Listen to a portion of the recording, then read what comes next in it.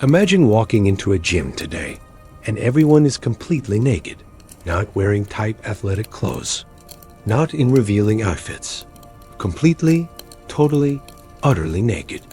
Men running on treadmills with everything exposed, wrestling matches with bodies slick with oil and nothing else.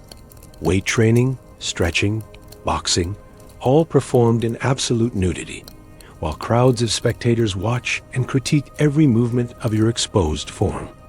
Now imagine this isn't some bizarre modern experiment or private fetish club. Imagine this is normal, expected, mandatory. Imagine that showing up to exercise with clothes on would get you thrown out, that covering your body during athletic training would mark you as a barbarous outsider, someone who doesn't understand civilization itself. This was reality in ancient Greece. For nearly 1,000 years, from approximately the 8th century BCE until the Roman conquest, Greek men exercised, trained, and competed in athletic contests completely naked, not partially clothed, not in loincloths or minimal covering. Stark naked. This wasn't done in private. It happened in public gymnasiums in the center of every Greek city. It happened at the Olympic Games, where tens of thousands of spectators gathered to watch naked athletes compete. It happened daily, routinely, as normal as wearing gym clothes is to us today. The word gymnasium itself comes from the Greek gymnos, meaning naked. The literal translation is a place to train naked. When you go to the gym today, you're going to a linguistic remnant of this ancient practice, even though everything about how we use that space has fundamentally changed. But why? What possible reason could compel an entire civilization to abandon clothing during physical activity?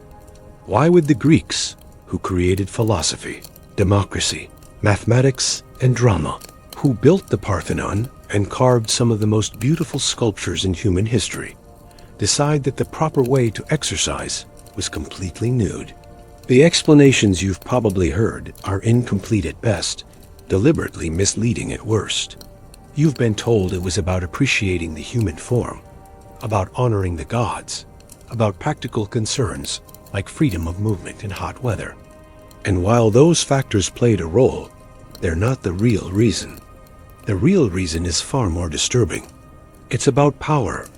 It's about control. It's about using the naked human body as a weapon of social hierarchy, a tool of political exclusion, and a mechanism for maintaining elite dominance in a society that claimed to value equality. It's about how a practice that started as a way to strip away class distinctions became the ultimate marker of class itself.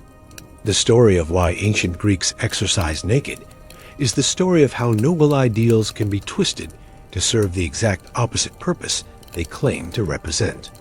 And it begins not with a philosophical principle, but with an accident in a foot race 2,700 years ago. In the year 720 BCE, during the 15th Olympic Games held at Olympia in honor of Zeus, a runner named Orsippus from the city of Megara was competing in the stadion, a sprint of approximately 192 meters. As Orsippus ran, his loincloth, the perizoma that male athletes wore during competition in those early Olympics, either fell off accidentally or, as some ancient sources suggest, was deliberately loosened by the athlete himself. What happened next changed Greek culture forever. Orsippus continued running, completely naked, and he won. The ancient Greek historian Pausanias, writing in the 2nd century CE, recorded this moment. He wrote, "They say that Orsippus won the foot race at Olympia by running naked when all his competitors wore girdles, according to ancient custom. I believe he purposely let the girdles slip off him, realizing that a naked man can run more easily than one who is girt." Whether this story is literally true or mythologized remains debated by modern scholars. But what matters is that the Greeks themselves believed this is how athletic nudity began. They told this story. They carved it on monuments. They used it to explain their own practices. And they drew a specific conclusion from it. Nakedness provided competitive advantage.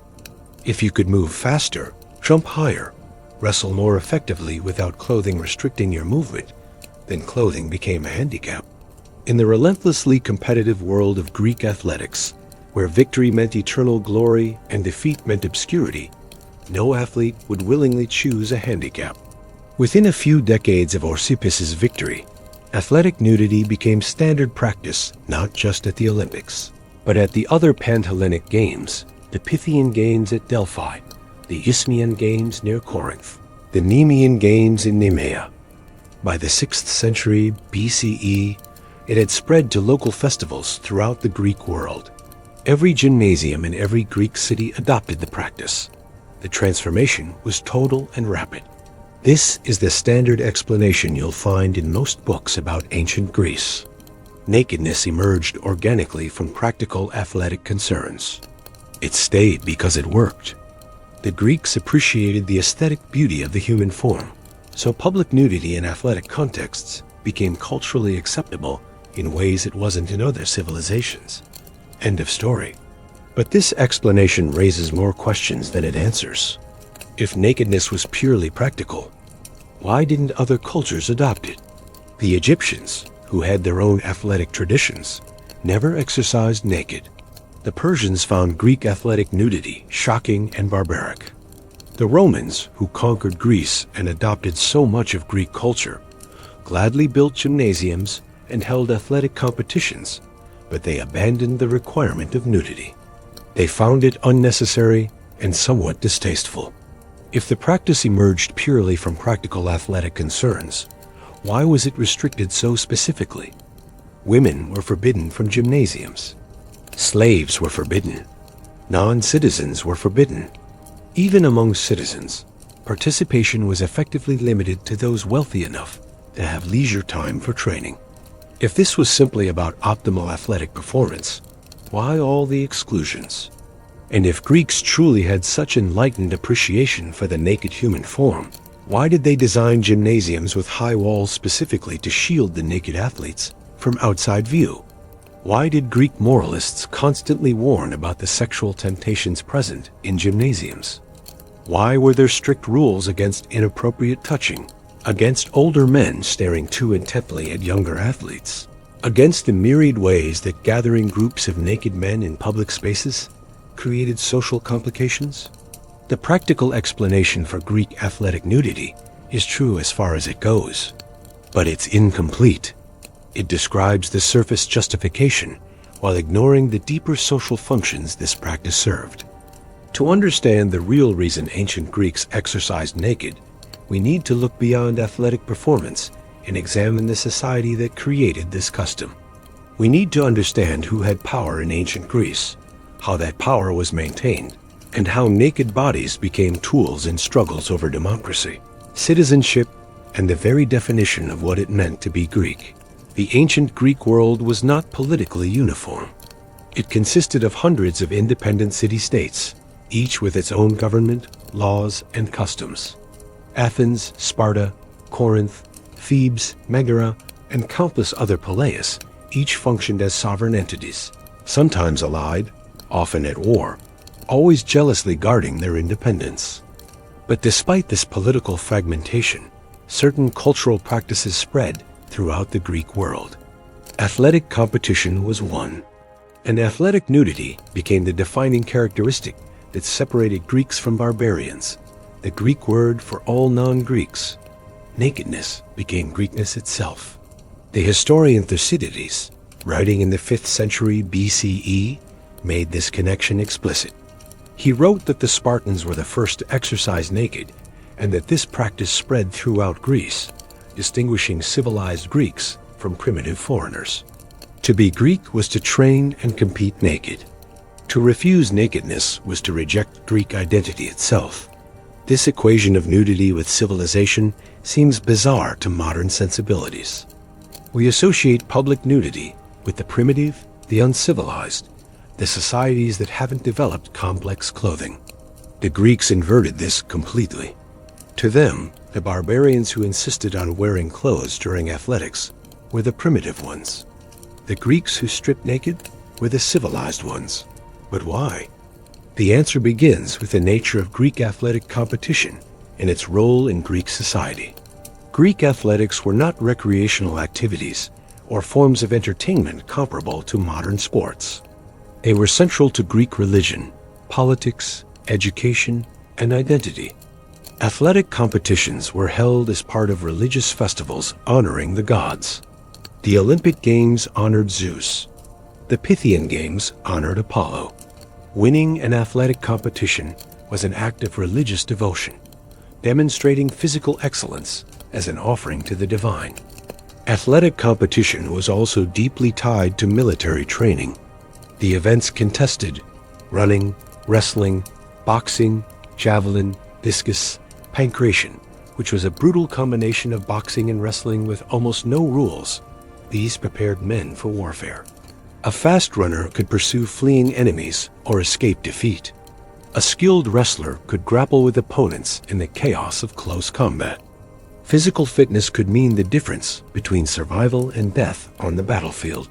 But most importantly, athletic competition was the primary mechanism through which elite men demonstrated their superiority.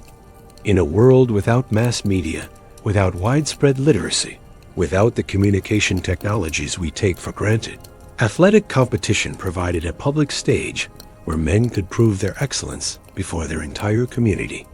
Victory brought kleos, glory, the one form of immortality available to mortal humans. Defeat brought shame. This created an intensely competitive culture. Greek athletics were not about participation trophies or personal fitness goals. They were zero-sum competitions where only victory mattered. The poet Pindar, who made his living composing victory odes for successful athletes, repeatedly emphasized this ethos. To win was everything. To lose was worse than not competing at all. Into this competitive environment came the practice of athletic nudity, and once established, it served multiple functions that had nothing to do with optimal athletic performance. The first and most frequently cited explanation for Greek athletic nudity is aesthetic appreciation. The Greeks, we're told, admired the human body and considered physical beauty a reflection of moral and intellectual virtue. Therefore, they celebrated nudity as a way of honoring the gods and appreciating the pinnacle of human achievement, the trained athletic body. This explanation is partially true. The Greeks certainly did value physical beauty. Their sculpture obsessively depicted idealized male bodies, muscular, proportionate, eternally young. Their literature praised beautiful athletes. Their philosophy discussed the connection between physical training and moral development. Plato argued that gymnastics trained the soul as well as the body. Aristotle considered physical education essential for producing virtuous citizens. The gymnasium became not just a place for athletic training, but a center for intellectual and philosophical discussion. In Athens, 3 of the most famous philosophical schools were associated with gymnasiums: Plato's Academy, Aristotle's Lyceum, and the Cynosarges, where the Cynic philosopher Antisthenes taught. The ideal of Kolokotithia, the beautiful and the good united in a single person, elevated physical training to a moral imperative. But this aesthetic appreciation explanation has problems. First, the Greeks also valued female beauty, but women were absolutely forbidden from training, naked, or even attending most athletic competitions as spectators. At the Olympic Games, any woman caught sneaking in to watch the contests could be thrown from a cliff. A woman named Kallipateira famously disguised herself as a male trainer to watch her son compete. When her identity was discovered, she was spared execution only because her father, brothers, and son were all Olympic victors. After this incident, Olympic officials required that trainers as well as athletes be naked, eliminating the possibility of female infiltration. If aesthetic appreciation of the human body was truly the reason for athletic nudity, why the violent exclusion of women? Second, the aesthetic appreciation explanation doesn't account for the strict age hierarchies in athletic nudity. Prepubescent boys trained naked alongside adult men, but the older men were expected to maintain strict control over their gaze and behavior. Extensive rules governed what kind of looking was appropriate. Prolonged staring at young athletes was condemned. Certain kinds of admiration crossed lines into inappropriateness. The 4th century philosopher and orator Aeschines, in a prosecution speech, described how a man named Timarchus had frequented gymnasiums and behaved inappropriately toward young athletes, implying that this behavior demonstrated Timarchus's unfitness for civic life. If nudity was simply about innocent aesthetic appreciation, why so many anxious rules about how to look at naked bodies? Third, the Greeks themselves didn't seem entirely comfortable with the practice. As mentioned earlier, gymnasiums were enclosed by walls that prevented outsiders from viewing the naked athletes within. This suggests some degree of shame, or at least recognition that constant public nudity was problematic. The Greeks also developed elaborate practices around genital presentation. Many athletes tied up their foreskins with a kynodesma, a leather strap, to prevent the glands from being exposed during exercise. An exposed glans was considered indecent, more obscene than full nudity. This reveals that Greek attitudes toward nakedness were complex and contradictory. Full nudity was required and celebrated, but certain specific forms of genital exposure were shameful. The body was to be displayed but controlled, presented but constrained. This was not simple aesthetic appreciation. This was nakedness as performance, nudity regulated by elaborate social codes about how naked bodies should appear and be viewed. The aesthetic explanation captures one dimension of Greek athletic nudity, but misses the deeper functions. To understand those, we need to examine who benefited from this practice and who was excluded by it. Here's where the real reason for Greek athletic nudity begins to emerge. And it starts with a claim that seems paradoxical. Athletic nakedness was implemented to create equality by erasing visible markers of wealth and status. The ancient Greek historian Thucydides, writing about how athletic nakedness spread throughout Greece, connected the practice to democratization and the reduction of social inequality in Sparta and other Greek cities. His implication was clear. When everyone is naked, you can't tell who's rich and who's poor. Clothes are markers of wealth. Rich men wear expensive, elaborately decorated garments. Poor men wear simple, worn clothing. These visual differences constantly reinforce class distinctions. But when everyone strips naked to exercise, those distinctions disappear. The rich man and the poor man appear equal, judged only by their bodies and athletic performance rather than their material possessions. This principle, called isonomia, meaning equality under law, was central to the development of Greek democracy. Democratic reformers sought to limit the ways aristocratic families could display their wealth and dominance. Laws restricted conspicuous consumption. Sumptuary regulations controlled luxury at funerals and weddings. And according to Thucydides, athletic nudity was part of this same movement, stripping away, quite literally, the visual markers that reinforced class hierarchy.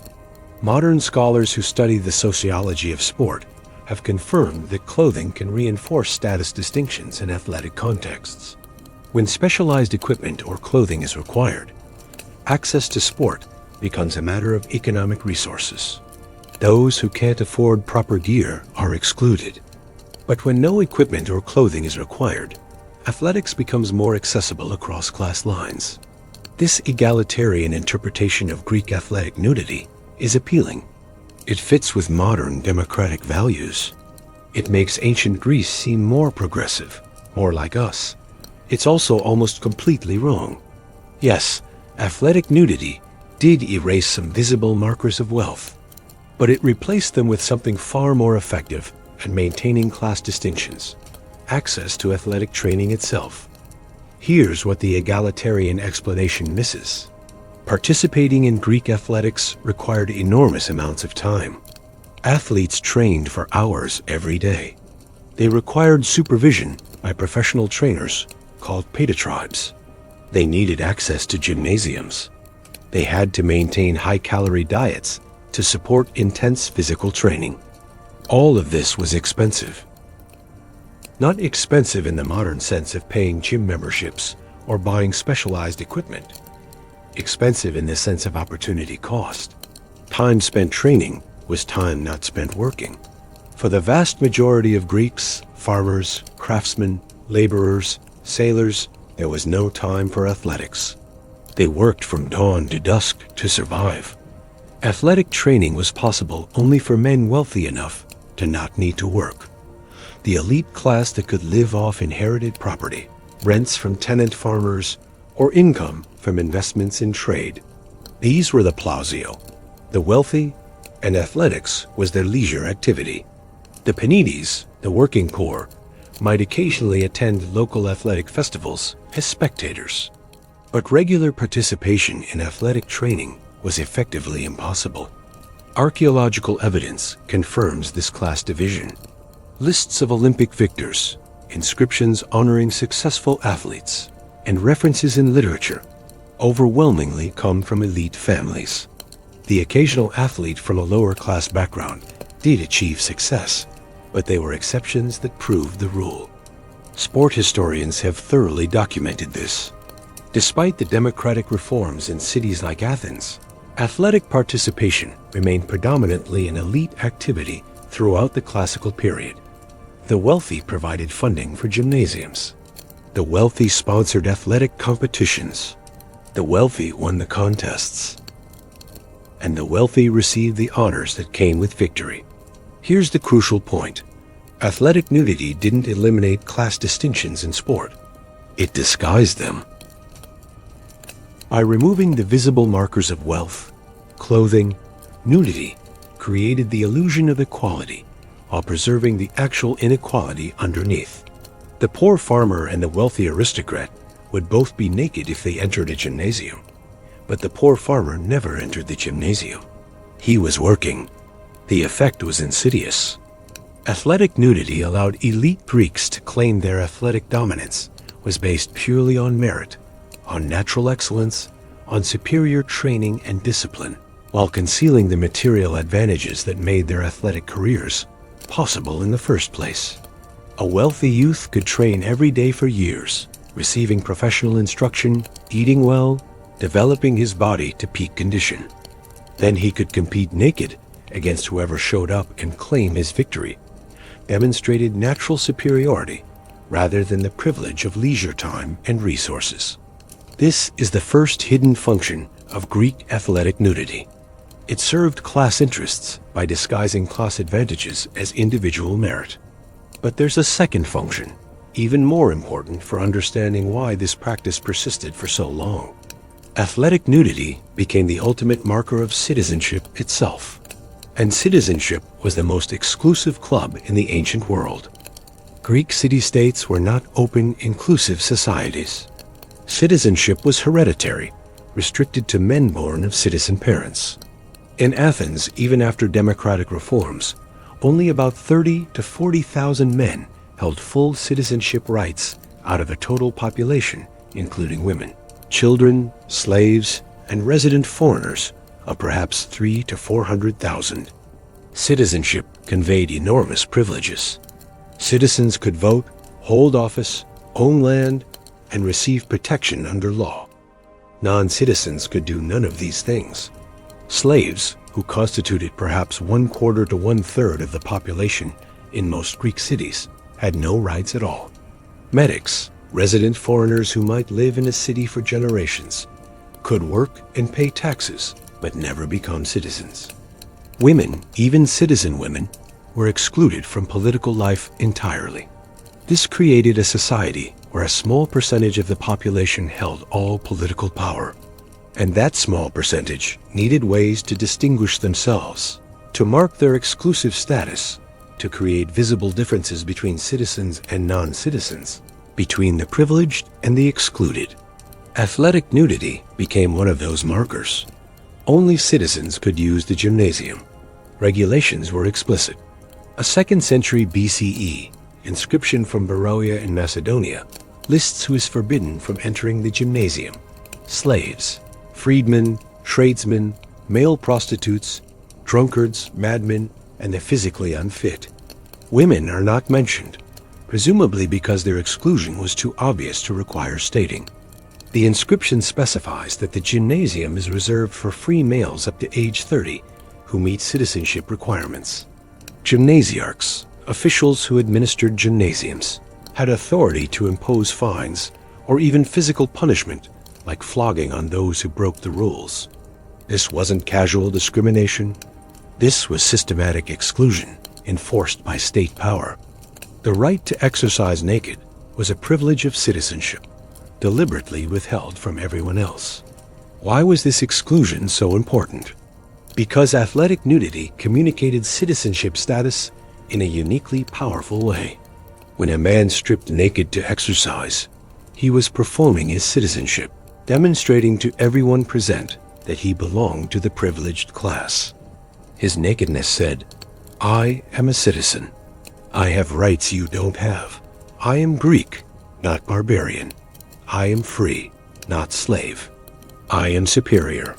The philosopher and cultural critic Kenneth Clark, in his influential study, The Nude, a study in ideal form, called Greek athletic nudity, an art form invented by the Greeks in the 5th century BCE. But it was more than art. It was political theater. Every time citizens gathered naked at the gymnasium, they were enacting and reinforcing the boundaries of their political community. They were literally embodying citizenship. This explains the violent exclusion of women from gymnasiums and athletic competitions.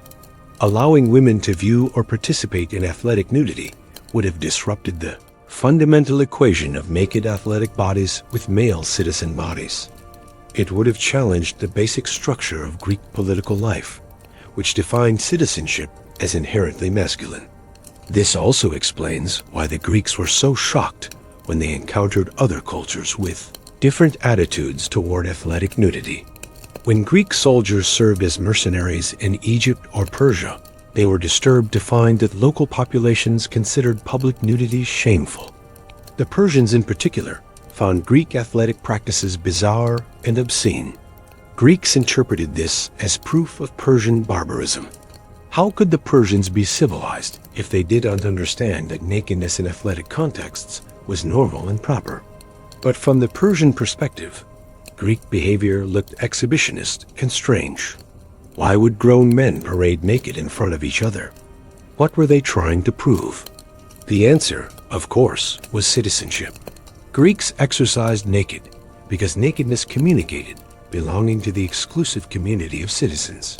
Persians didn't need to communicate this because they had different political structures and different concepts of identity.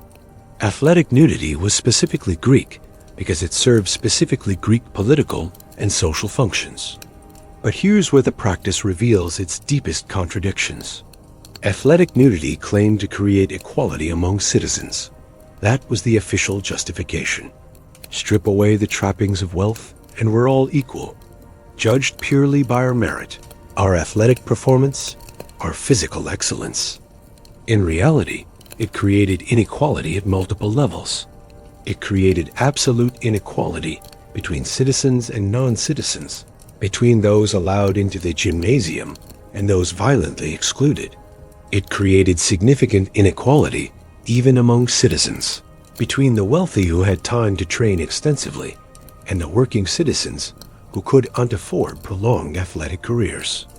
And it created hierarchies based on age, with older men having power to regulate, observe and judge the naked bodies of younger athletes in ways that were sexually charged, despite official rhetoric about innocent aesthetic appreciation.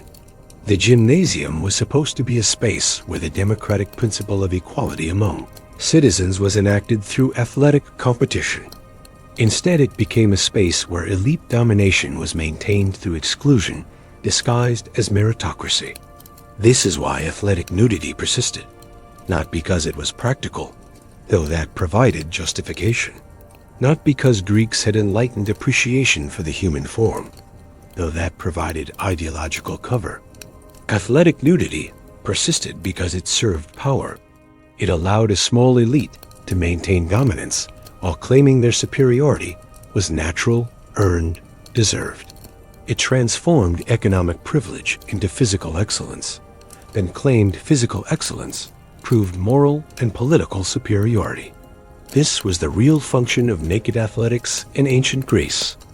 And once we understand this, the entire practice looks very different. It stops being a quirky cultural custom or an example of Greek aesthetics and becomes something darker, a mechanism of social control, operating through the most intimate and vulnerable aspect of human life, the exposed body itself. Let's examine the actual experience of Greek athletic nudity and what it reveals about power, control, and the disciplining of bodies. The gymnasium wasn't just a place where men happened to be naked. It was a highly regulated space with elaborate rules governing how nakedness was displayed, observed, and interpreted. Athletes didn't simply undress and exercise. They performed specific rituals. They would enter the gymnasium clothed and proceed to the apodyterion, the changing room, where they would remove their clothing and leave it in the care of attendants. Then they would oil their bodies. This wasn't a quick application like modern sunscreen. Athletes would thoroughly coat their entire bodies with olive oil, creating a gleaming surface that highlighted musculature and protected skin from sun and dirt. The oil was expensive. Maintaining a supply was a significant cost, one of the reasons athletic training remained exclusive to the wealthy. After oiling, athletes would often coat themselves in dust or sand, creating a layer that absorbed sweat and provided traction during wrestling.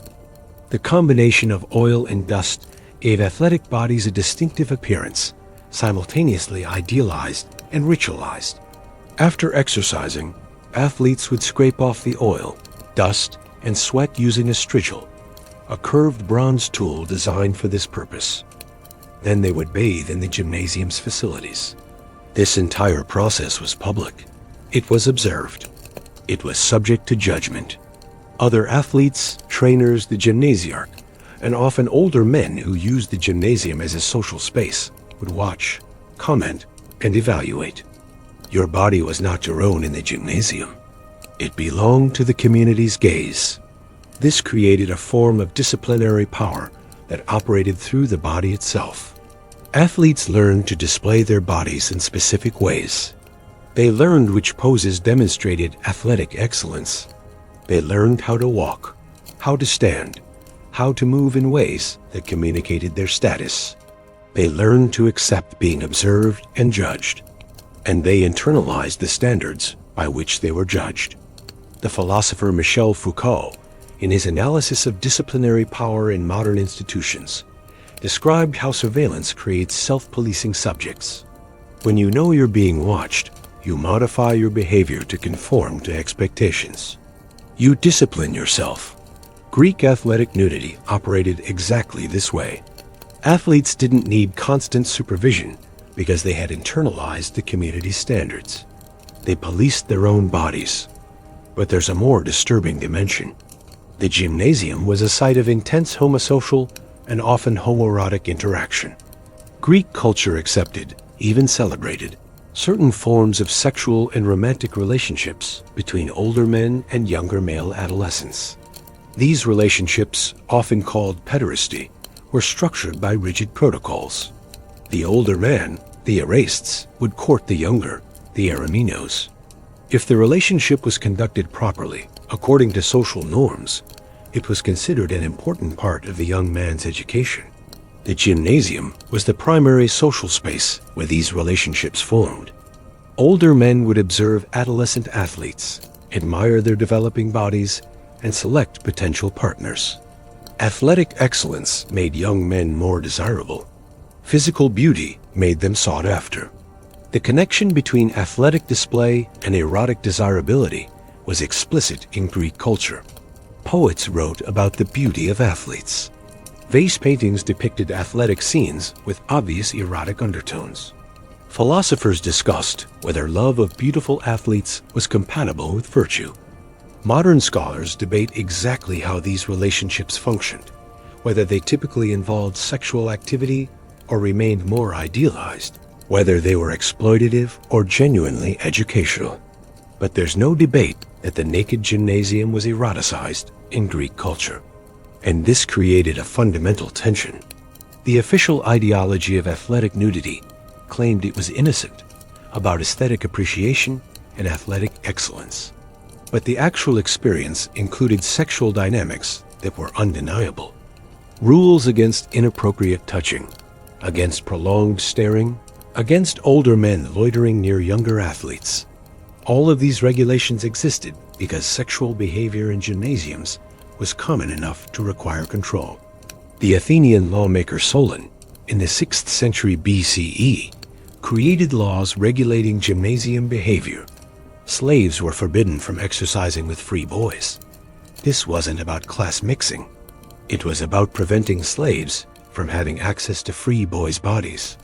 Adults were forbidden from entering boys' gymnasiums at certain times. This wasn't about maintaining training focus. It was about limiting sexual opportunities. The very need for these regulations reveals what was actually happening in gymnasiums. Athletic nudity created contexts for sexual interaction that Greek society simultaneously encouraged and tried to control. For elite men, the gymnasium provided access to younger males in a context where their bodies were on display and their social position made them vulnerable to advances from more powerful older men. For the younger athletes, participation in gymnasium culture meant accepting this dynamic as normal, expected, part of their education in becoming citizens. This reveals another hidden function of athletic nudity. It socialized young men into accepting hierarchical power relationships as natural and proper. Through the experience of being observed, judged, and potentially desired by older, more powerful men, young athletes learned their place in Greek social hierarchies. They learned that power meant the right to observe and judge others' bodies. They learned that their own bodies were subject to others' gaze and evaluation. And they learned to accept this as the price of citizenship, as normal as the way Greek society functioned. When these young men became older and more powerful themselves, they would replicate these patterns, observing and judging the next generation of young athletes. The cycle perpetuated itself, generation after generation, normalized through the routine practice of athletic nudity. This is why the Romans, when they conquered Greece, found athletic nudity problematic. Roman culture had very different attitudes toward public nudity and male sexuality. Romans associated public nudity with shame, with slaves, with defeated enemies. Victorious Romans remained clothed. Defeated prisoners were stripped naked as part of their humiliation. In Roman culture, to be clothed was to have dignity and status. To be naked was to be vulnerable and shamed. They couldn't understand why Greeks voluntarily stripped naked for athletics. And they certainly couldn't understand why Greek men seemed so comfortable with the homoerotic dimensions of gymnasium culture. Roman sexual norms accepted male homosexuality in certain forms, but structured it very differently. The gymnasium system, with its ritualized display of young male bodies and its culture of older men pursuing younger, struck Romans as simultaneously excessive and foreign. So when Romans built gymnasiums in conquered territories, they modified the practice. Nudity became optional or was eliminated entirely. Athletic training continued, but without the elaborate rituals of oiling, scraping, and public bathing that had characterized Greek gymnasiums. The connection between athletics and citizenship was maintained, but expressed through different mechanisms. This Roman rejection of Greek athletic nudity reveals something important. The practice wasn't universal or inevitable. It was specifically Greek, created to serve Greek social and political functions. When those functions weren't present, when the practice was transplanted to societies with different structures, it withered. Athletic nudity required very specific conditions to persist a society where citizenship was exclusive and hereditary, where elite male dominance needed to be maintained, while claiming democratic equality, where homosocial bonding among citizens was central to political life, and where athletic excellence could serve as a proxy for political excellence. When any of these conditions changed, athletic nudity became unnecessary or actively problematic. By the time of the Roman Empire, even in Greece itself, the practice was declining. Gymnasiums continued to exist. Athletic competition continued, but the requirement of nudity was increasingly relaxed. Eventually, it disappeared entirely, replaced by the Roman bathhouse culture, which maintained some aspects of public bathing and athletic training, but eliminated the ritualized nudity that had defined Greek athletics. The end of athletic nudity in the ancient world reveals what its persistence had demonstrated. It was never about practical athletic concerns or innocent aesthetic appreciation. It was about maintaining a specific social order. And when that social order changed, when Greek independence ended, when citizenship lost its exclusive power, when new forms of political organization emerged, athletic nudity was no longer necessary.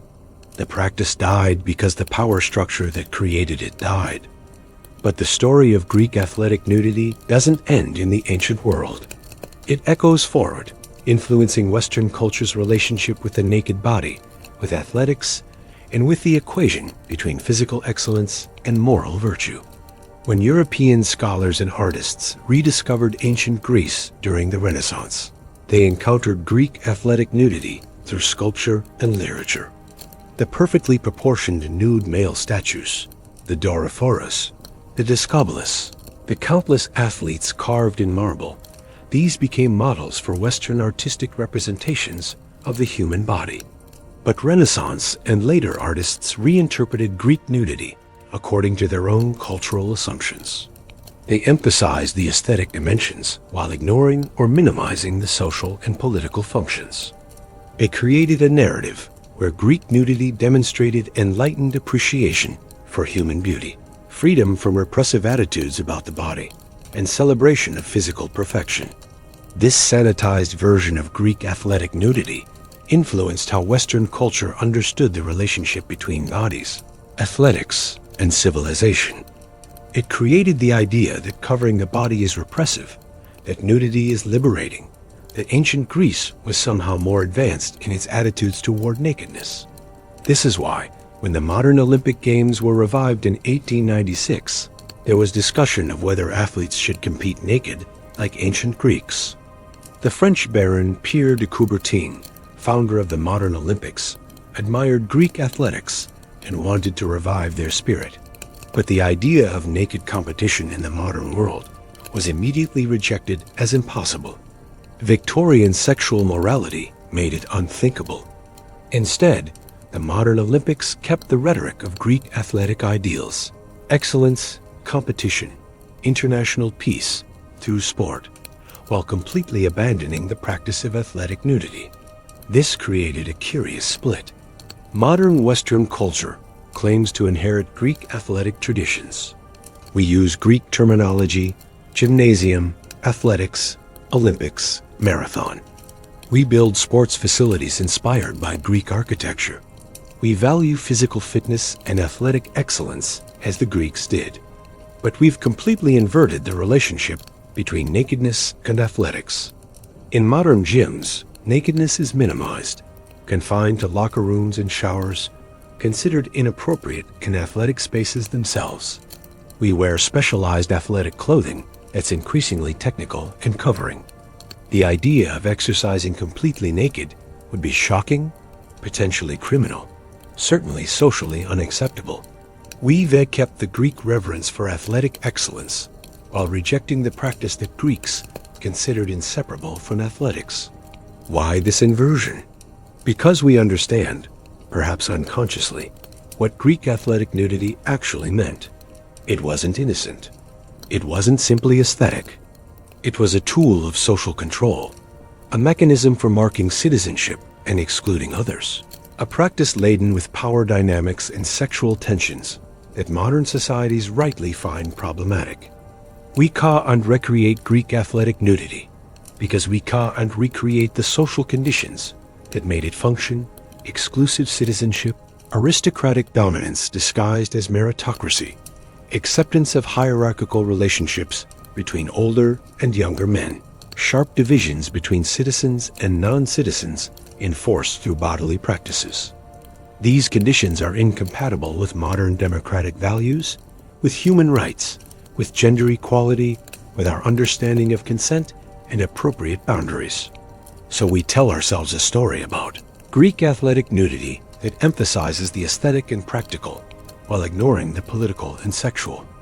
We admire Greek sculpture of nude athletes without thinking about what those sculptures meant in their original context, how they marked citizen bodies as superior, how they normalized specific forms of male dominance, how they excluded women and slaves and foreigners from the genres, from the category of beautiful, excellent humanity. We use gymnasiums without knowing that the word means place to train naked, and without asking why that was important to Greeks. We celebrate Olympic athletics without understanding that the original Olympics were religious festivals where citizen men demonstrated their excellence to Zeus by competing naked, while women were threatened with death for watching. This historical amnesia serves a purpose. It allows modern Western culture to claim Greek heritage while ignoring the aspects of Greek culture that contradict modern values. It lets us celebrate ancient Greece as the birthplace of democracy, while overlooking how limited and exclusive that democracy was. It permits us to admire Greek athletics while forgetting that athletics was a tool for maintaining elite dominance. But this amnesia comes with a cost. It prevents us from understanding how modern athletics continues to serve some of the same functions Greek athletics served. Today, athletic success still correlates strongly with class privilege. Wealthy families can afford youth sports leagues, private coaching, specialized equipment, travel to competitions, and the opportunity cost of time spent training rather than working. Elite colleges recruit athletes from wealthy suburban schools, far more than from poor urban schools. Professional sports, despite rhetoric about meritocracy, remain heavily influenced by who has access to training and development systems. We don't use athletic nudity to mark citizenship anymore, but we use athletic participation to mark class status in ways that would be familiar to ancient Greeks. Expensive youth sports, selective college athletics, membership in exclusive fitness clubs, these serve similar functions to the ancient gymnasium, marking belonging to privileged communities while claiming to be about merit and excellence. The hidden functions of Greek athletic nudity haven't disappeared. They've been displaced and disguised, operating through different mechanisms but serving similar ends. Understanding why ancient Greeks exercised naked helps us understand how athletics functions ideologically in our own society. It reveals that sports are never just about individual excellence or entertainment.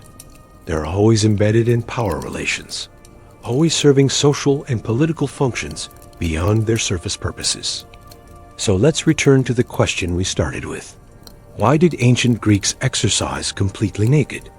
We now have the answer, and it's far more complex and disturbing than the simple explanations usually offered. They exercised naked because nakedness served power. It claimed to create equality while actually maintaining inequality. It marked citizenship while excluding everyone else. It disciplined bodies and normalized hierarchical relationships. It disguised class privilege as individual merit. And it functioned so effectively that it persisted for nearly 1,000 years, becoming synonymous with Greek identity itself.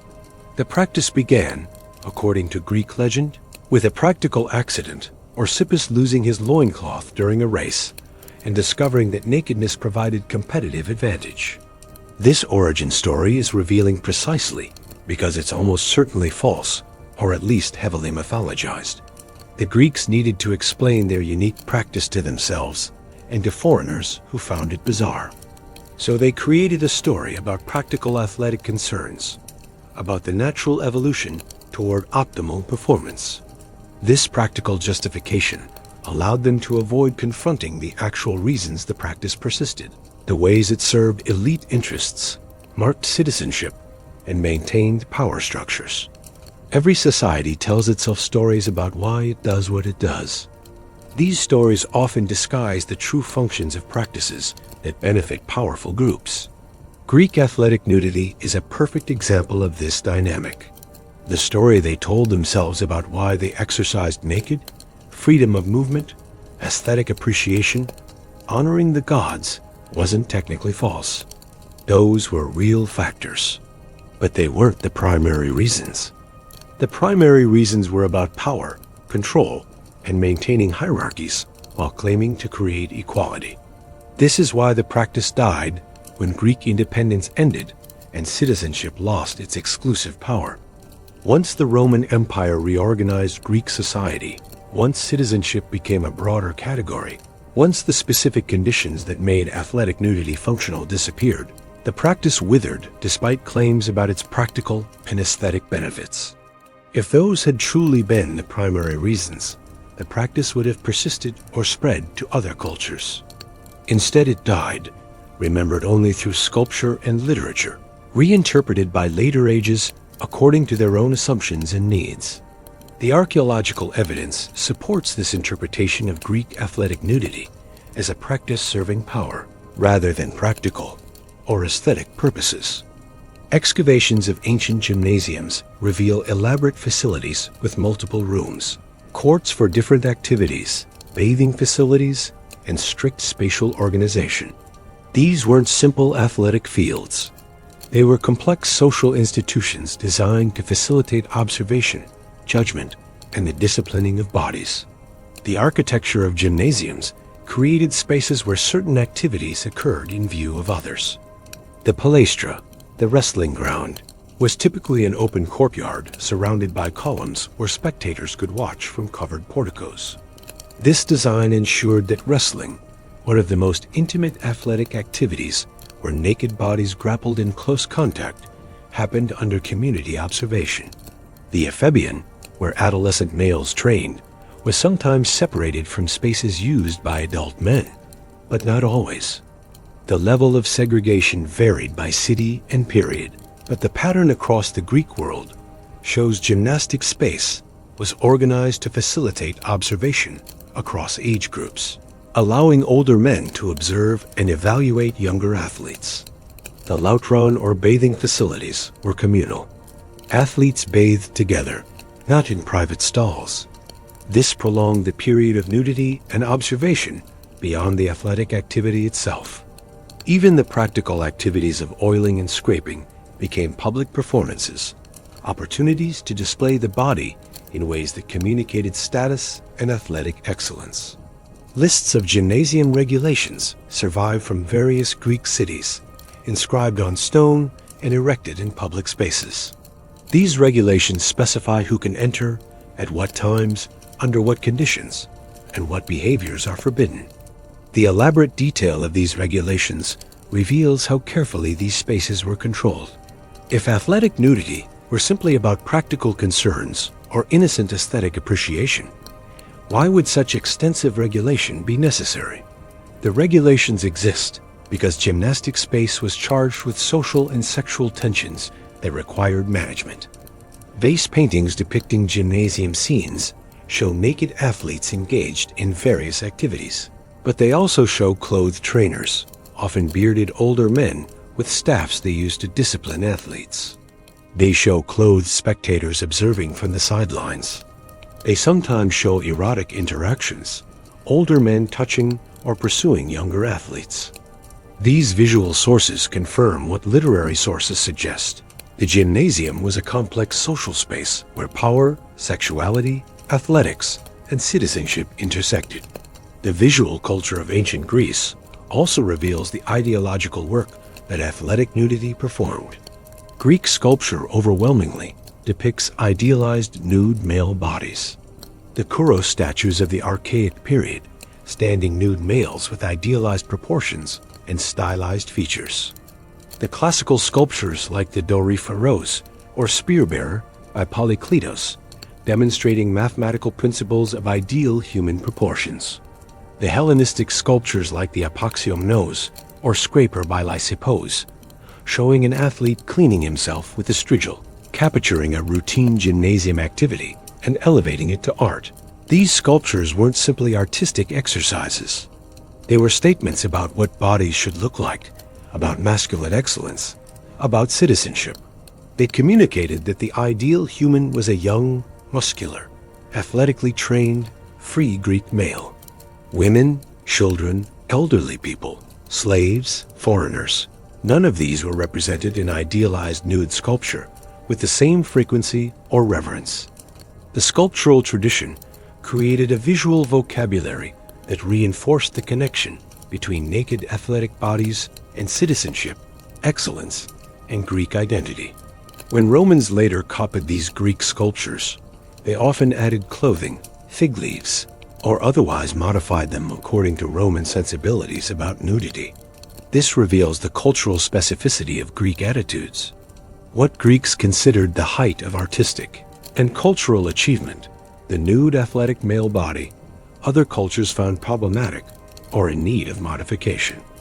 Literary sources from ancient Greece provide additional evidence for understanding athletic nudity's functions. Plato, in his Dialogue Republic, has Socrates discuss the introduction of naked athletics in Athens. Socrates notes that Greeks initially found the practice laughable, that it seemed absurd for men to strip naked to exercise. But they eventually accepted it because they discovered that nakedness revealed excellence better than clothing concealed it. This passage is often cited as evidence for the practical and aesthetic justifications for athletic nudity. But Plato's discussion is more ambiguous than it appears. Socrates is arguing about the possibility of women training as guardians alongside men in his ideal city. He uses the example of athletic nudity to suggest that what seems laughable or inappropriate initially can become accepted if it proves superior. The argument is rhetorical, not historical, and it reveals that even in Plato's time, in the 4th century BCE, when athletic nudity had been standard practice for centuries, there was still some cultural memory or awareness that the practice was unusual, that it required justification. Plato's Symposium, a philosophical dialogue about the nature of love, includes extensive discussion of relationships between older and younger men, with several speakers describing how they fell in love with beautiful young athletes they observed in gymnasiums. These discussions treat such attractions as normal, expected, even philosophically significant. They reveal the erotic charge of gymnastic space without condemning it. But they also include arguments about proper and improper forms of these relationships, about whether physical desire should be acted upon or sublimated into intellectual mentorship, about the difference between noble and base forms of love. The symposium reveals the tensions and contradictions in Greek attitudes toward the sexuality of gymnastic space. It acknowledges what's happening while trying to distinguish appropriate from inappropriate forms. Aristotle, in his Politics, discusses the proper education of citizens and includes extensive treatment of physical training. He argues that gymnastics should be part of every citizen's education, but warns against excessive focus on athletic training. He criticizes Spartan education for making boys too beast-like through overemphasis on physical training. He argues for balance between physical and intellectual development. But notably, Aristotle never questions the practice of athletic nudity itself. He takes it for granted, treating it as simply how athletics are done. This suggests that by his time, late 4th century BCE, the practice was so normalized that its origins and justifications no longer required discussion.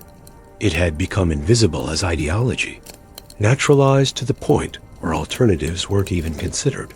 The speeches of Athenian orators provide glimpses into gymnasium culture and its social functions. Aeschines, prosecuting a political rival named Timarchus, argues that Timarchus is unfit for public life because of his behavior in gymnasiums. Aeschines describes Timarchus as having prostituted himself to older men he met in gymnastic contexts, exchanging sexual favors for money or gifts. Whether Aeschines' charges were true is less important than what they reveal about gymnasium culture. Gymnasiums were sites where sexual transactions occurred, where young men's bodies were commodified, where relationships formed that could be exploited politically. The prosecution of Timarchus shows that while certain forms of gymnasium sexuality were acceptable, Others crossed boundaries into the shameful and disqualifying. Those boundaries were policed through public speech and legal action, enforcing norms about appropriate gymnasium behavior.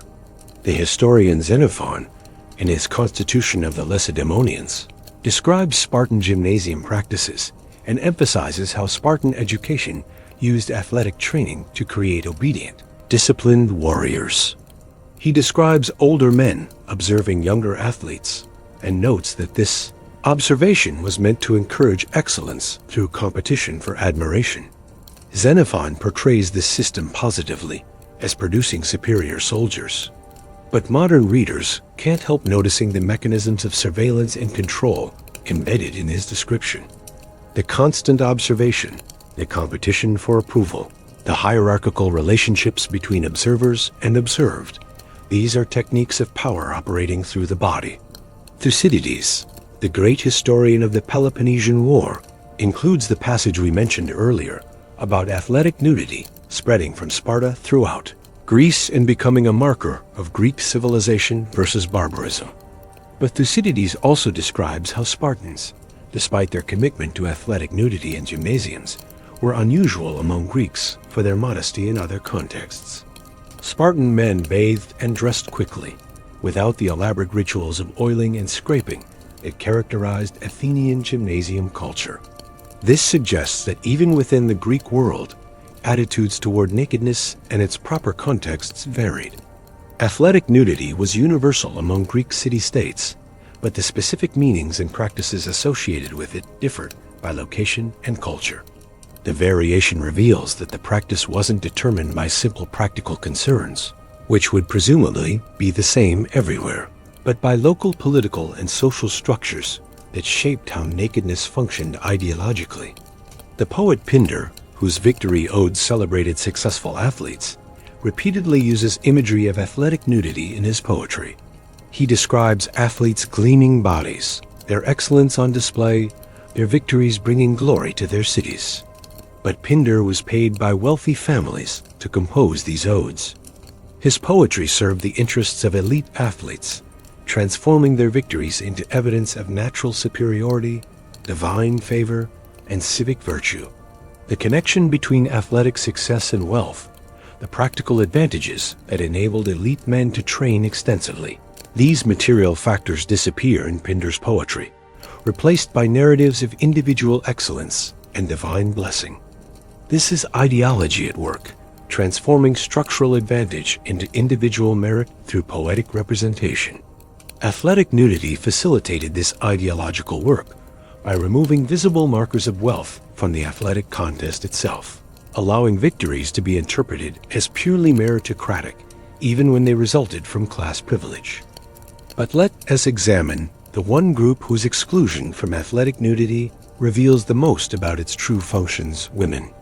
Greek women were absolutely forbidden from participating in athletic nudity with men. This prohibition was so strict that at the Olympic Games, any woman caught attending could be executed. As mentioned earlier, only one woman is recorded as having successfully infiltrated the Olympics in disguise, and she was spared only because of her family's athletic pedigree. The explanation usually given for this exclusion is that Greek society was patriarchal, and women's roles were domestic rather than public. This is true, but insufficient. Why specifically ban women from athletic spaces?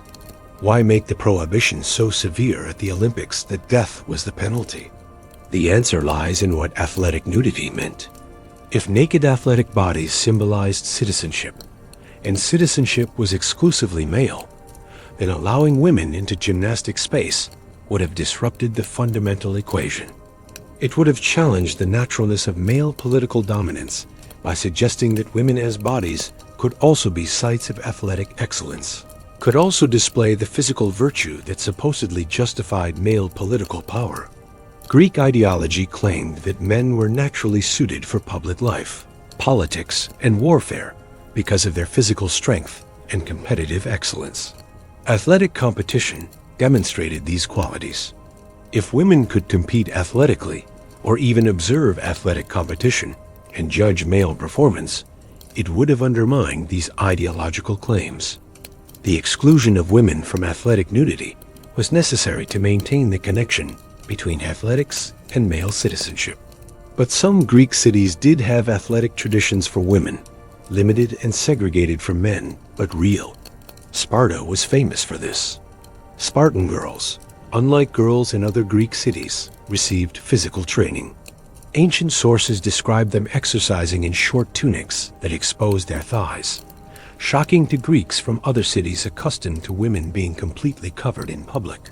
Spartan women exercised clothed, not naked, maintaining a distinction from male athletic nudity.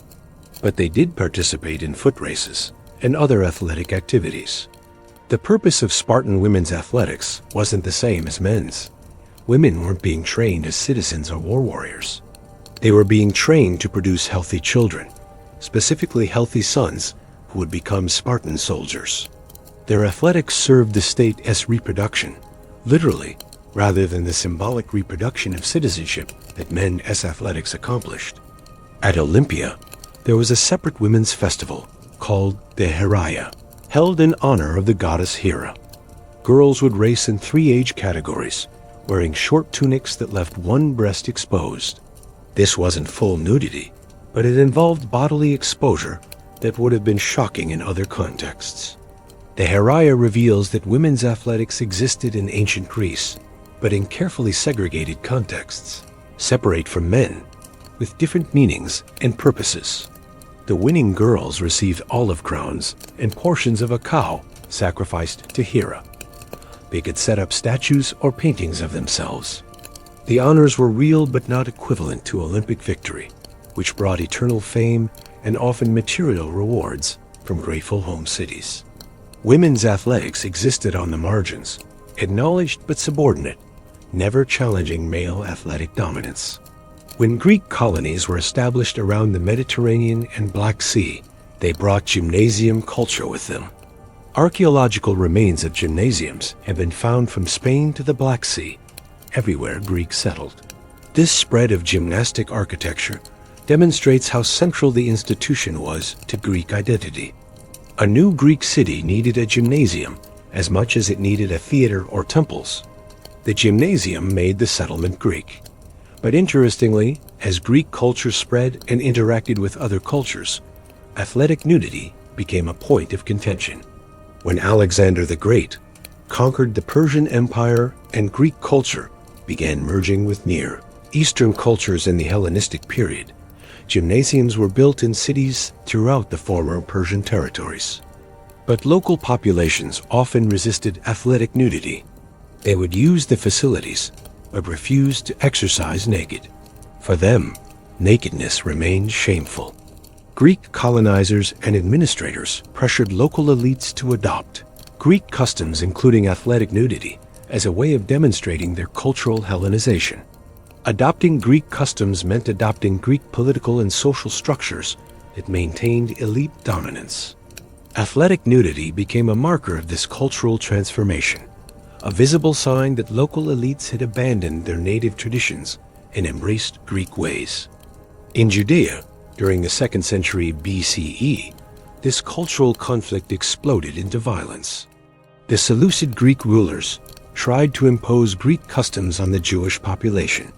They built a gymnasium in Jerusalem.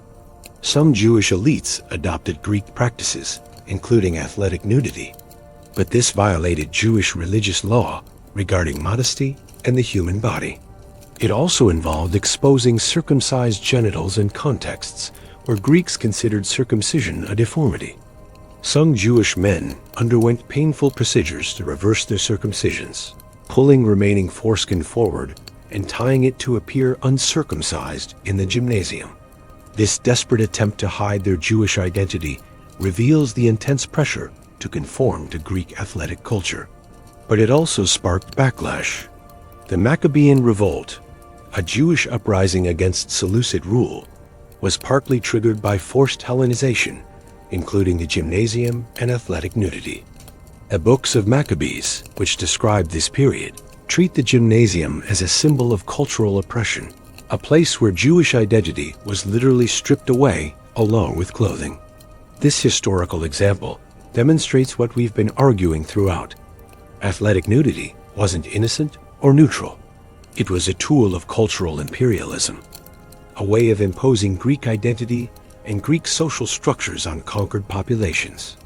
The resistance to athletic nudity was resistance to the power relations it embodied. When local populations refused to exercise naked, they weren't just being prudish or conservative. They were refusing to accept the political and social meanings that nakedness carried in Greek culture. They were resisting the transformation of their societies along Greek lines, where small male elites would dominate, while claiming their superiority was natural and earned rather than imposed by conquest. The medical writers of ancient Greece also discussed athletic nudity and physical training, and their writings reveal additional dimensions of how the practice functioned. Hippocrates and later, medical writers produced extensive texts on exercise, diet, and regimen. They argued that proper physical training was essential for health. They described different types of exercise and their effects on the body. They gave advice about how much exercise was appropriate for different constitutions and ages. These medical texts treat athletic training as a science, something that could be understood through reason and applied systematically to improve health and performance. This medicalization of athletics served to legitimize the time and resources elite men devoted to physical training. If athletics were necessary for health, then spending hours each day in the gymnasium wasn't frivolous luxury, but medical necessity. The medical justification for athletics provided another layer of ideology, supporting a practice that primarily benefited the wealthy. The physician Galen, writing in the 2nd century CE, produced extensive treatises on exercise and athletics. He described specific exercises and their benefits. He recommended athletic training as part of a healthy regimen. But Galen wrote during the Roman Empire, when athletic nudity was already declining. His recommendations were for clothed exercise, not the naked athletics of classical Greece. This shift in medical writing reflects the broader cultural transformation. What had once required nudity now didn't. What had once been inseparable from Greek identity was now optional. The medical necessity that supposedly justified athletic nudity disappeared when the social and political functions it served were no longer relevant. The archaeological record also includes evidence of injuries and physical damage resulting from ancient athletics. Skeletal remains of ancient athletes show patterns of repeated trauma, broken bones that healed, joint damage from years of intense training. These bodies paid a physical price for athletic excellence. The ideology of athletics celebrated victory and glory, but the reality included pain, injury, and long-term physical damage. Modern sports medicine would recognize what ancient athletes experienced: overtraining, repetitive stress injuries, traumatic injuries from combat sports like boxing and pankration. Some ancient athletes died from injuries sustained in competition. The boxer Orsippus famously won an Olympic victory while dying, strangling his opponent as he himself expired from a broken neck. Ancient sources celebrate this as the ultimate demonstration of competitive will. Modern perspective recognizes it as tragedy, a preventable death resulting from a sports culture that valued victory over safety. But the celebration of Orsippus' death reveals something important about Greek athletic culture. Victory justified everything, even death. Glory transcended the physical body and its suffering. This value system made sense in a society where athletics were preparation for warfare, where men needed to be willing to endure pain and risk death for communal goals. But it also reveals the violence inherent in Greek athletics, the willingness to sacrifice bodies, even unto death, for abstract ideals of excellence and honor. Athletic nudity participated in this violence. By making the body completely visible and vulnerable, by subjecting it to constant observation and judgment, by creating competitions where physical dominance was openly displayed and celebrated, nudity intensified the athletic stakes. Your naked body became the site where your value as a citizen was determined. Failure in athletic contexts meant more than losing a game. It meant demonstrating bodily inadequacy before your entire community, with no clothing to hide behind.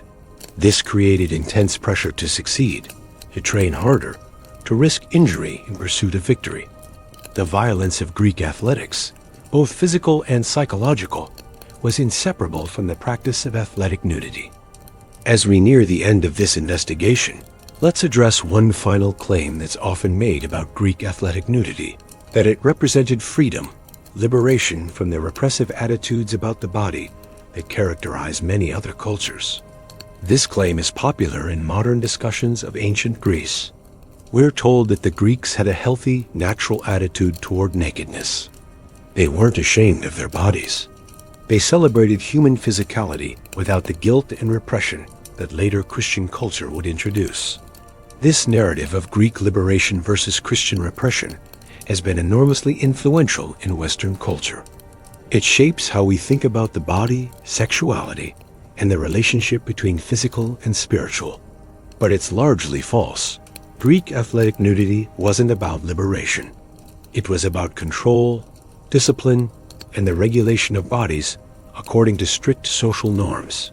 We've seen throughout this investigation how elaborately controlled gymnastic space was, who could enter and who was forbidden, how bodies should be displayed and how they should be viewed, what kinds of relationships were acceptable, and what kinds crossed boundaries into the shameful.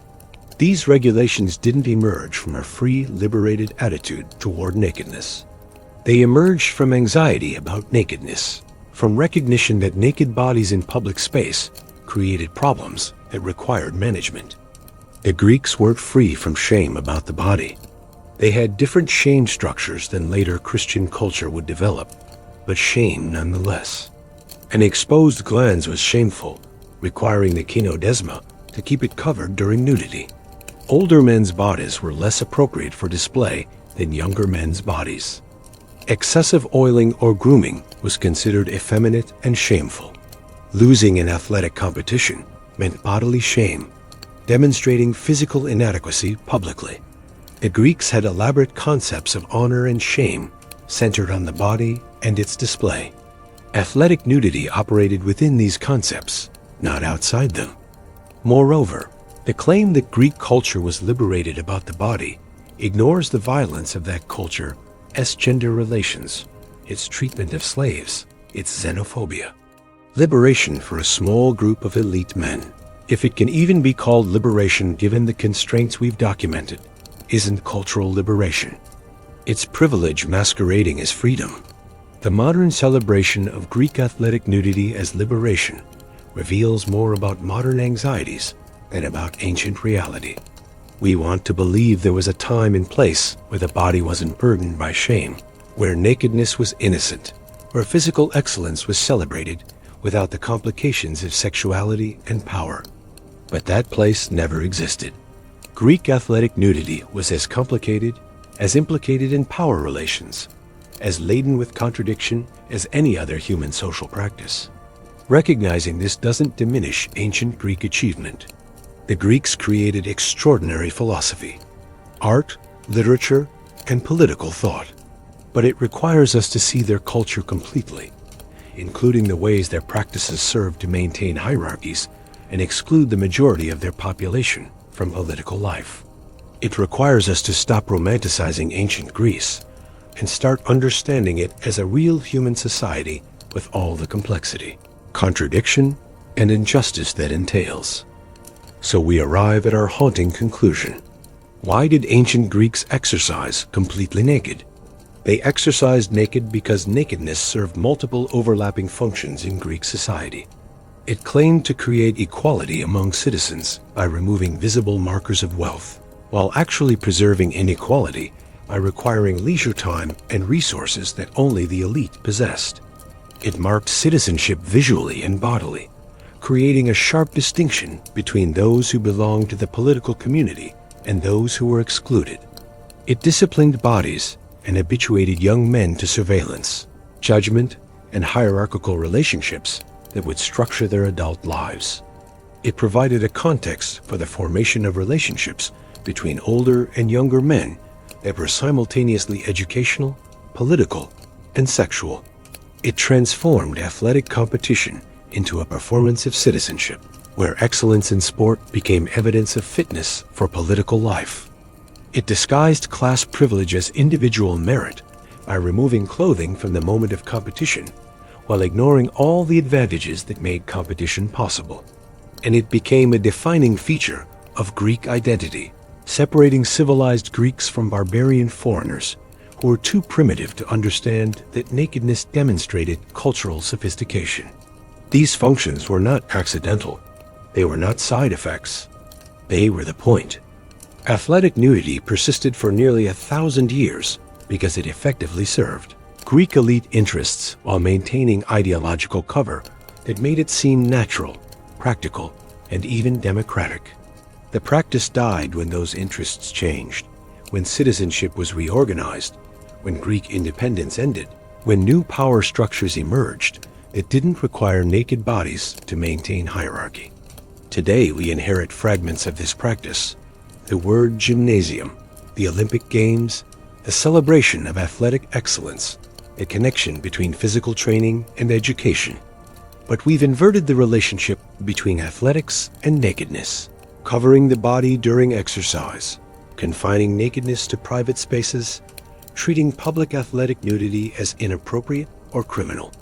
We've made this inversion without fully understanding what we've rejected or why. We tell ourselves stories about ancient Greece that emphasize continuity, making them seem like us, making their practices seem comprehensible through modern values. But ancient Greece was profoundly different from our world. Their democracy excluded women, slaves, and foreigners. Their philosophy accepted slavery as natural. Their athletics were inseparable from military training, and their nakedness was inseparable from citizenship, hierarchy, and control. Understanding why they exercise naked requires understanding these differences, not papering over them with comfortable myths about aesthetic appreciation or practical concerns. It requires recognizing that practices we find bizarre or troubling served real functions in their society, functions that benefited some groups while excluding others. It requires seeing that every culture, including our own, naturalizes practices that serve power, making them seem inevitable or desirable when they're actually contingent and political. The naked bodies of Greek athletes, gleaming with oil under the Mediterranean sun, represent not liberation or innocence, but the complex ways human societies use bodies to mark status, maintain hierarchy, and reproduce power relations across generations. They remind us that the body is never simply natural or innocent, but always embedded in webs of meaning that serve social and political purposes. They challenge us to examine our own practices around athletics, fitness, the body, and excellence with the same critical lens we've applied to ancient Greece. When we go to the gym today, we might remember that the word means a place to train naked.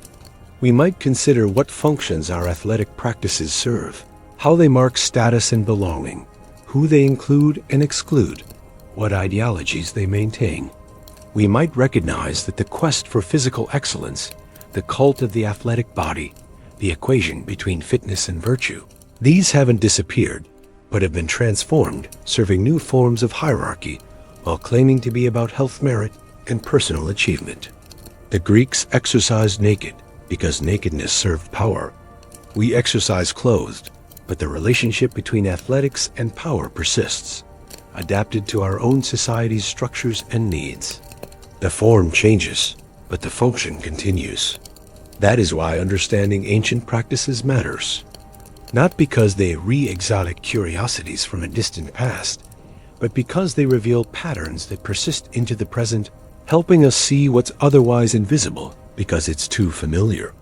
The real reason ancient Greeks exercised naked was that a small elite class needed ways to maintain dominance while claiming to create equality.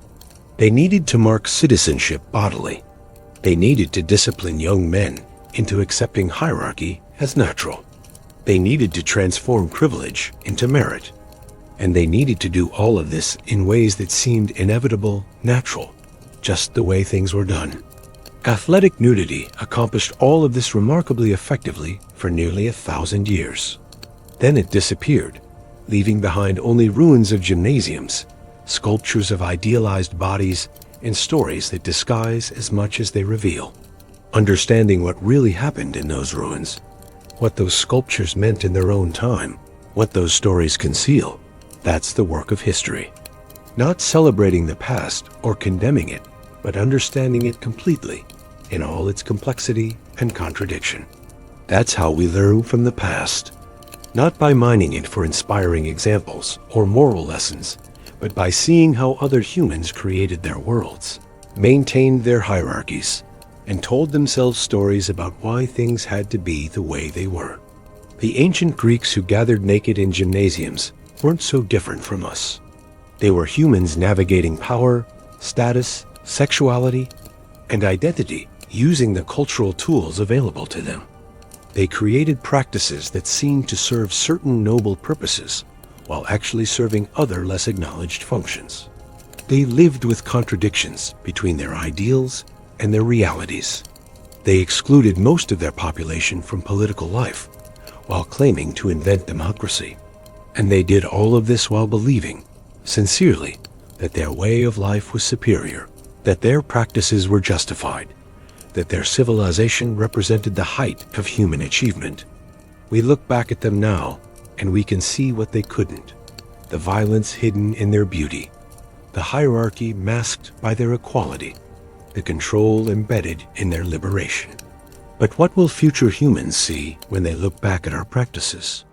What will they recognize that we can't see because we're too immersed in our own stories, our own justifications, our own certainty that how we do things is natural, necessary, and right? That's the final haunting question that the story of Greek athletic nudity leaves us with. Not just why did they do that strange thing, but what strange things are we doing right now that we think are normal? What practices will future generations examine with the same critical distance we've applied to ancient athletics? What will they uncover about how our practices serve power while claiming to serve other values? The naked bodies in ancient gymnasiums are long since dust. The power structures that nakedness served have collapsed, but the human patterns they reveal persist, transformed but recognizable, continuing to shape how we organize our societies, how we mark belonging, and exclusion, how we use bodies to communicate status and maintain hierarchy. That's why this story matters. That's why we tell it. Not to judge ancient Greeks, but to understand human societies, including our own. Not to celebrate or condemn, but to see clearly, to recognize patterns, to question naturalness. The Greeks exercised naked because nakedness served power. We do many things for the same reason, though we tell ourselves different stories. Recognizing this is the beginning of wisdom, the first step toward creating societies that serve human flourishing rather than hierarchy, that create genuine equality rather than merely claiming it, that liberate rather than control. The journey from understanding the past to changing the present is long and difficult, but it begins with seeing clearly, with refusing comfortable myths, with recognizing that things that seem natural and inevitable are actually historical and political, created by humans and changeable by humans. The naked athletes of ancient Greece teach us this lesson across 27 centuries. Their bodies are dust, but their example persists not as inspiration, but as warning, not as a golden age to return to, but as a reminder that every age has its illusions, its hidden hierarchies, its practices that serve power while claiming liberation. We honor them best not by celebrating or imitating them, but by learning from them, by seeing through their illusions so we might see through our own. That is the real reason this story matters. That is why we must tell it truthfully, completely, without the comfortable myths that make ancient Greece seem like us or make their practices seem comprehensible through our values. They were different, profoundly, fundamentally different. And in that difference, in understanding why they exercised naked and what that nakedness truly meant, we find not answers for our own problems, but questions we must ask about our own practices, our own assumptions, our own certainties. Questions that have no easy answers, but must be asked nonetheless, if we read to create societies that fulfill the promises of equality, freedom, and human dignity that we claim to value. The naked bodies in ancient gymnasiums are silent now, but if we listen carefully to what the historical evidence reveals about them, they speak volumes about power, hierarchy, control, and the human capacity for self-deception. They remind us that the most effective forms of domination are those that convince the dominated that hierarchy is natural, that privilege is merit, that exclusion is justice. And they challenge us to examine our own world with the same critical rigor to see what future generations will surely see, that we too live with contradictions between our ideals and our practices, that we too create hierarchies while claiming equality, that we too exercise power while telling ourselves stories about freedom. That is the haunting conclusion of this investigation. That is why ancient Greeks exercised naked, and that is why understanding them fully, truthfully, without illusion, matters for us today.